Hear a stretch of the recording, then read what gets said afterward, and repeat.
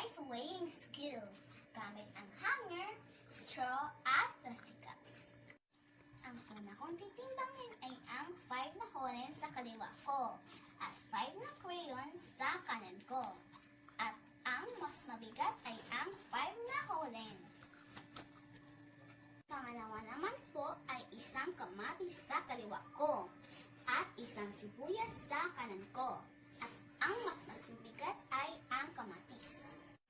Pangatlo naman po ay 3 lapis sa kaliwa ko at 1 ballpen sa kanan ko. At ang mas mabigat ay ang 3 lapis. Pang-apat,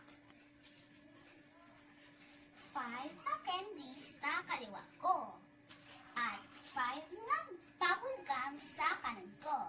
At ang mas mabigat ay 5 na bubble gum.